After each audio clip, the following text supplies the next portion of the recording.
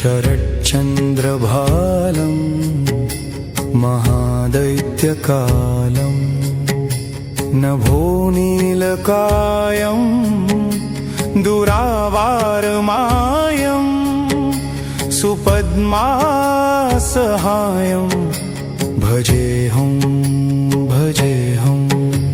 भुजे विष्णुचक्रं गदाशक्तिशूलम् भजच्छङ्खपद्मं करैर्नव्यरत्नम् स्फुरद्वैकुण्ठरूपं दयानिधिसारं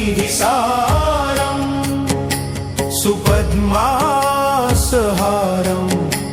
भजेऽहं भजेऽहं।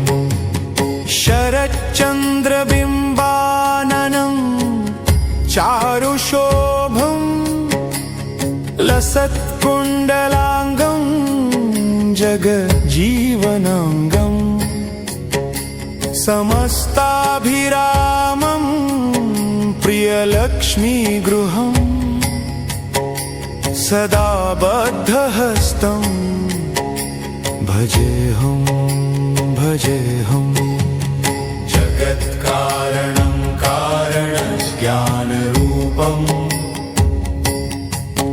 सुराधीशदिश्यं त्रिभङ्गं मनोज्ञम् Narhare समुद्भूत विशाल विशाल